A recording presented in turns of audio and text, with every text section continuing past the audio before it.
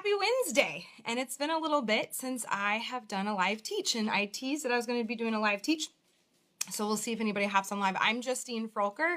I'm an author, speaker, and I think Certified Dare to Lead Facilitator. I'm not sure what my new certification is. I've emailed them. So I wanted to do, I've done this teach before. I do it pretty much in every workshop I do of any kind, because I don't think anybody can get enough teaching on empathy. And but I kind of had a new twist to it that I came up with, because a lot of you, if you did watch, you saw that I was in Rome, Georgia at the WindShape Chick-fil-A Retreat Center last week for the first Women at the Well retreat. I was a keynote speaker there, and it was just holy, like so amazing. And my keynote was about my story and kind of my wrestle to my faith, like a mini version of it, like through scripture or whatever. And when I'm around new Christians who hear my story, I do sometimes get that little, here we go. They are going to want to pray for me to have a baby, or they're going to tell me to adopt. And now let's not pin this on Christians, for God's sakes, because I am a almost 39-year-old woman who is almost always the only one without kids everywhere I go. The first question I am asked is, how many kids do you have? And so since I'm an advocate and I speak truth, I say, we can't have kids. We tried really hard. We work on creating and receiving parenting opportunities. And I find other ways to mother. And so I will usually get one of two responses. Why don't you just adopt? Or why don't you just do another round? And maybe sometimes I just get that, so that's kind of the fix it piece, which is what I really want to talk about today. Or the other piece I get is, oh, you poor thing. That's so hard. I just can't imagine. So a quick 101, empathy versus sympathy, and then why this pertains to my experience last week at the retreat. Sympathy, I feel for you. I feel sorry for you. It's pity. Empathy, I feel with you. It is connection. As we have learned in the data, we are kind of I believe we're trained to delve out and give sympathy. We're even taught, or we even think that that's what we want. We want somebody to feel sorry for us. And what I have found, especially through my journey, is that sympathy, I feel for you, pity, disconnection, only makes me feel more alone. And I already feel alone as an almost 39-year-old woman who can't have kids. And what I have also learned is that healing will never, ever take place in disconnection, which means empathy is required. So empathy that I feel with you. You don't have to have gone through infertility or lost babies for you to identify with the emotions that I must feel as a woman who wanted kids but can't have them. You simply have to identify with the human emotions of grief, anger, sadness. And I'm pretty sure you've felt those. And if you haven't, you might be a sociopath and you need to go get you need to get therapy, and it's not going to be for me. But so what I have found since I have, come to my faith after our infertility journey is that the Christian community tends to be, they really like to offer those fixes, especially, why don't you just adopt? And as my friend Greg has said before, it's not the infertile's job to save all the children in the world. I say it's not our calling. We don't feel called to do that. And it takes a lot of courage to say that. So back to this retreat. So it was my first retreat. I totally admitted that I was feeling like a complete baby Christian and a total imposter, and I was one of the keynote speakers. Ridiculous. And so my shame stories were super, super loud. that first day. I had never been to a Christian retreat. I've never spoken in ministry before. And so it was, the shame stories were intense. And one of those things that fueled those shame stories is what I expected and what I kind of knew from experience would happen. Like, I'm going to pray for you, and I'm going to pray that there will be a baby. And I was walking along, and I'm so thankful. One of my new friends, Dana, she asked me, she goes, do you mind if I ask? Like, can I ask? And I was like, of course, you can always ask. Like, I think when we get frustrated with people's questions about our journeys, that's about our stuff. It's not about them, because 9 times out of 10, people are asking about us from their curiosity and from their desire to be connected with us, not to be a jerk, not to be like, well, why don't you just adopt? It's this place of like, can you help me understand? And so we had this great conversation, and I had this epiphany with Tara, and I said, I go, I don't want a baby. I want those 3 babies who would be 6. I want those babies, and they're gone. And I'm okay. I'm better than okay. And it's taken me years to get to that point. To be able to say, like, I love my life. And it's sad. And that permission of the end, there's room for both of them. And so I was able to say to these women who have become my sisters, and so quickly and so fast, like, I don't want you to pray for a baby.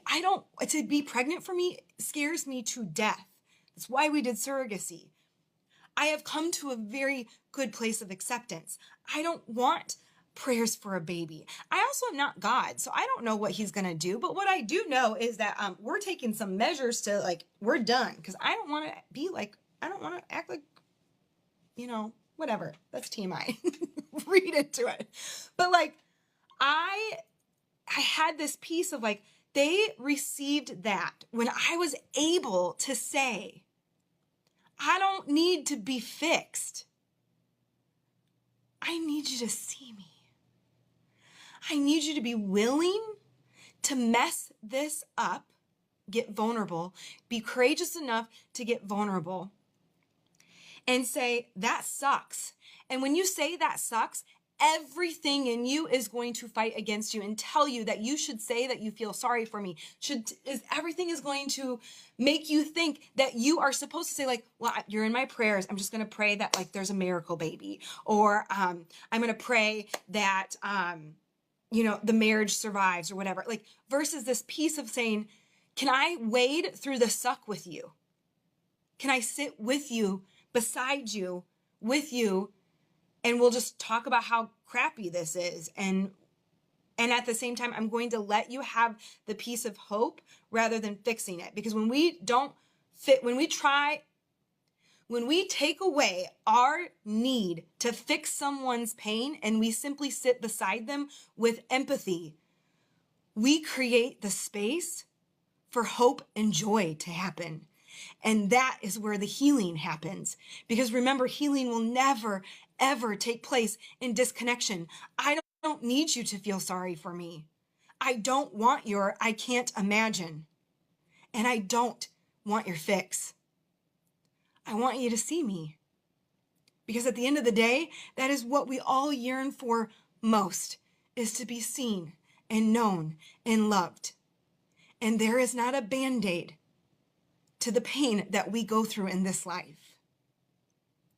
Because when we put a Band-Aid on it, we cover up all the light. We don't let all that stuff in that will heal it.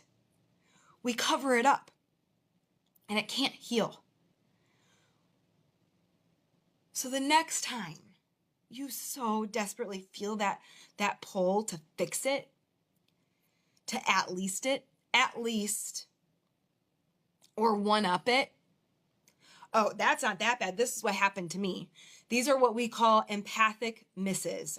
So a lot of you probably saw, I just passed my new certification with Brené, and she's continuing this empathy research, and she's calling them empathic misses now. So those moments in our life where we have the chance to truly see someone and show up for them. And we get scared and we don't grab our brave. And we instead miss the empathic response by one-upping them, by trying to fix it, by minimizing their pain and at leasting it, by saying, I'm going to go kick their ass, something like that. Those are empathic failures or misses. Those are things that we have been trained and socialized to think that we all want and need and that we should be giving to people. And in those moments, we are missing connection, which is where the healing will take place. And so there's that's what I got. Like, we don't need to be fixed. We yearn to feel seen, which requires us to be courageous and vulnerable, both sides, the person in struggle and the person witnessing the struggle. And of course, I looked up, like when I was thinking of this, like I love the word witness. Like I oftentimes when I talk about Chad, I will thank him for being the witness to my life. Because there's just nothing better than having someone witness your life, someone who sees you. And of course I thought of, Hagar in the Bible. She calls God El Roy, the God who sees me, because God sees her in her pain. And then I looked up, I was trying to figure out, like, where is this empathy? Where is this connection? Because I do get these quick fixes a lot in the Christian community, in the church. I mean, when I first started at my church, that in many ways has saved my life, one of the first things the pastor said to me was, have you thought about adoption? And it came from love. And then the first people they introduced me to were people who adopted. Do you see me? And to see people, you have to be willing to be courageous enough to identify with their pain. And that's not easy. And it is the only place that we will heal. So the scripture that pulled up was Romans 12:15. Celebrate with those who celebrate, and weep with those who grieve. The next time you want to jump in and save someone from their pain, or you want to say you're so sorry, you can't imagine, grab your brave and feel with them. Choose to see them. Choose to fight against almost everything that you have been taught, and step in to what is truly the sacred truth of empathy and connection. And you'll feel some healing happen. For both of you, I'm willing to bet. That's what I got today. Thanks for jumping on. As usual, please feel free to share far and wide. I am a few people away from this number that I have been working for in a long time, on Facebook.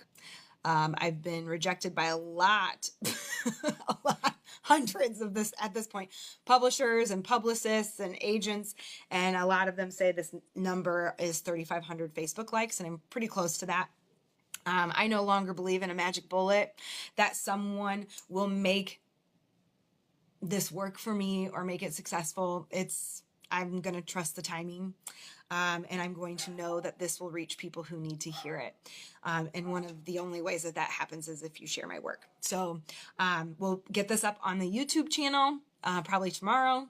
And keep an eye out for updates on the next book. I'm starting the other one too, the next one, and there's some new t-shirts in the Amazon shop, and the Happy Habit is still happening. You can still join us. You can start it anytime you want.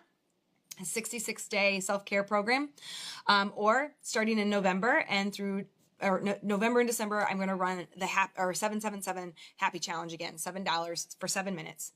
7 days in a row. So you can also check out that stuff, and I will link those links below. So thanks for being here, and make it a great day.